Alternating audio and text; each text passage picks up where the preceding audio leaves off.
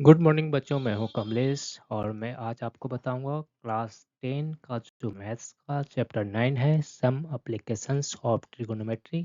हम इसके बेसिक्स की बात करेंगे और आज से ही जो है इससे इससे जो रिलेटेड एक्सरसाइज के क्वेश्चंस हैं वो आने स्टार्ट हो जाएंगे। ठीक है, तो आपने ट्रिगोनोमेट्री का बेसिक तो पहले ही पढ़ लिया है, मैंने भी वीडियो बना रखा है, दोबारा बना दूंगा।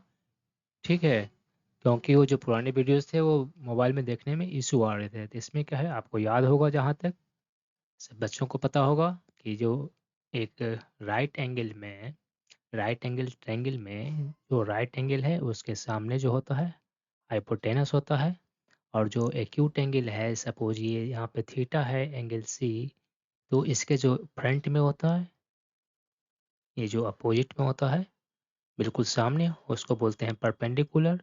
और जो एडजेकेंट होता है, जो बिल्कुल सटी हुई होती है थीटा के एंगल के, जो बिल्कुल सटी हुई लाइन होती है और जो हाइपोटेनस से छोटी होती है, उसको बोलते हैं बेस। ये जो है हाइपोटेनस तो हमेशा परमानेंट रहेगा, लेकिन जो है आपका बेस बेस और ये जो परपेंडिकुलर है, ये दोनों चेंज होता रहता है डिपेंड अपॉन एंगल। अगर एंगल यहाँ बनेगा, ठीक है, तो इसके फ्रंट में जो है, इसके जो ये जो अपोजिट वाला लाइन है साइड है, वो बन जाएगा आपका परपेंडिकुलर।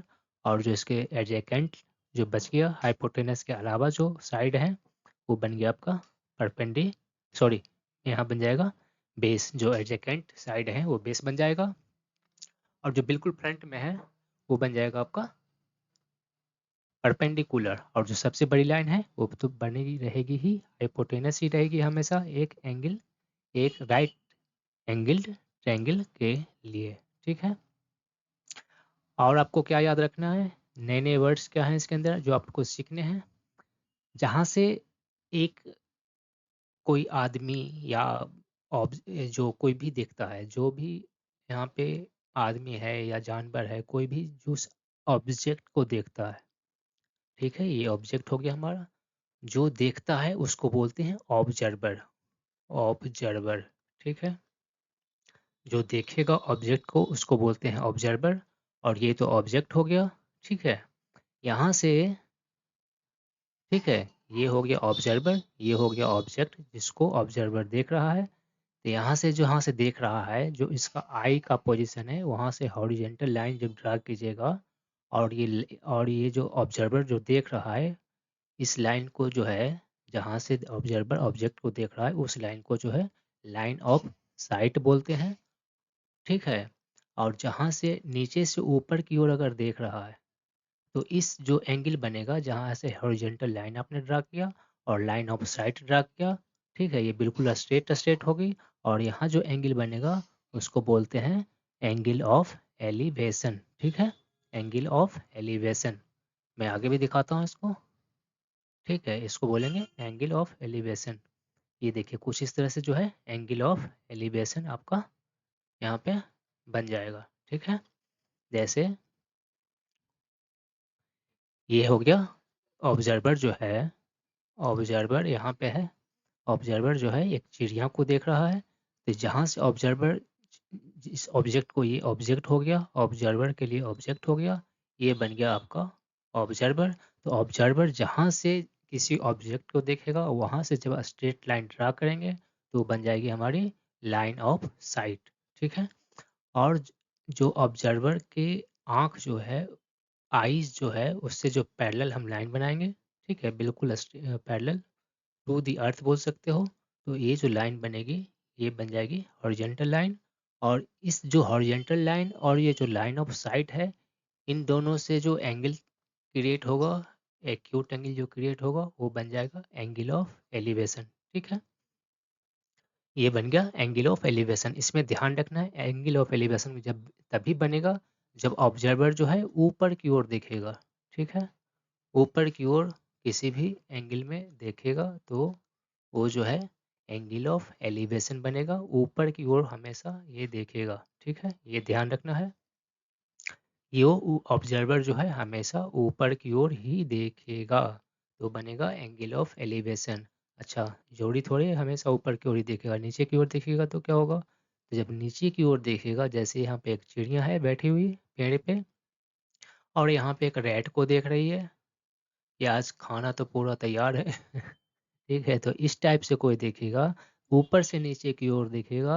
ठीक है, तो यहाँ पे जैसे ये भी एक पैरेलल लाइन बनाएंगे, पैरेलल टू अर्थ।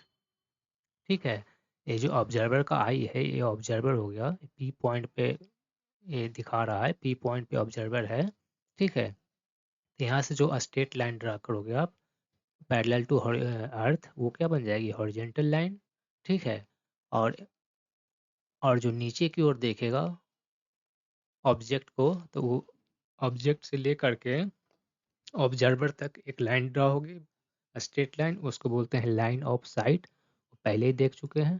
ठीक है, और जो नीचे की ओर देखेगा और ये जो हॉरिजॉन्टल लाइन है, वहाँ से जो एंगल बनेगा उसको बोलते हैं एंगल ऑफ डिप्रेशन।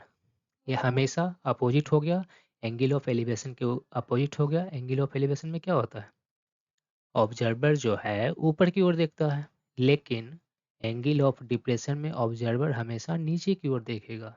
नीचे में किसी भी एंगल में हो सकता है, नीचे मतलब बिल्कुल 90 डिग्री एंगल पे नहीं देखेगा, किसी भी एंगल में देखेगा, लेकिन ऑब्जेक्ट जो है हमेशा ऑब्जर्वर से नीचे होगा।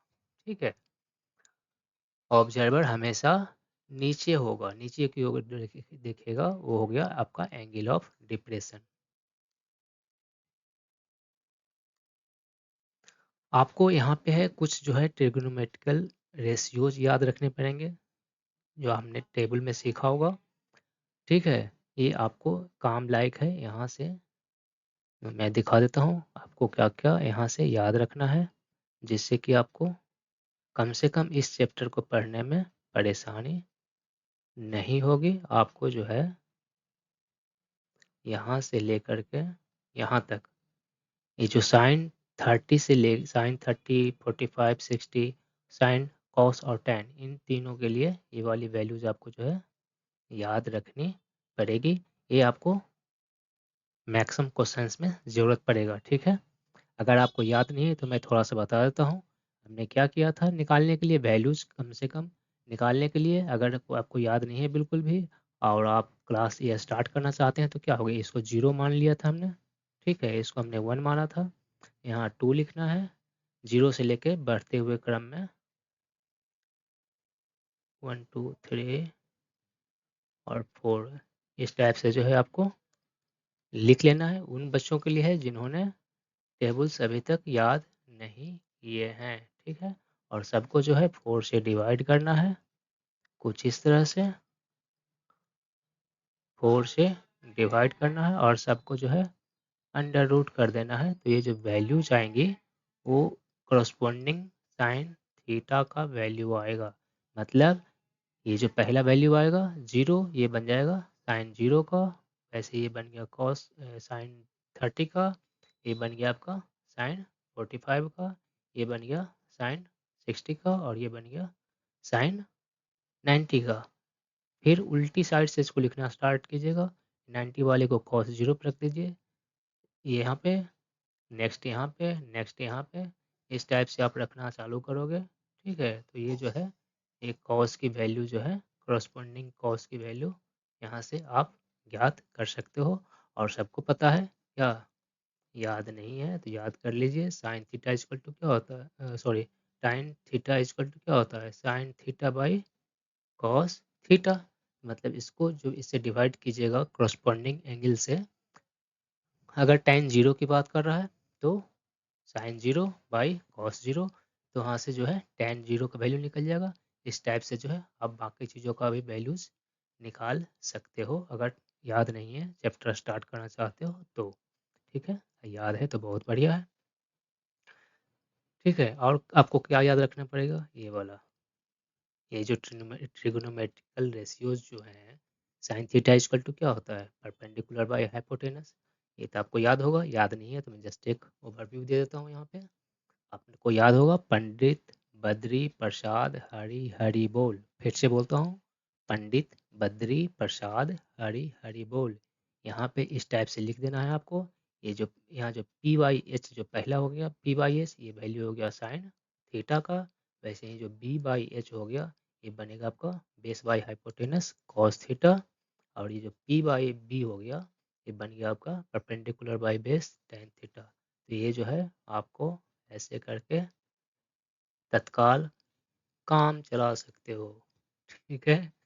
तो इस टाइप से आपको जो है ये वाला भी याद होना चाहिए। और देख लेते हैं। चलिए हो गया ये इंट्रोडक्शन कंप्लीट, ठीक है। अब आज से ही जो है इस चैप्टर के एक्सरसाइजेस के क्वेश्चन आने स्टार्ट हो जाएंगे, ठीक है। तो मन लगा के पढ़ाई कीजिए। चलिए बाय बाय।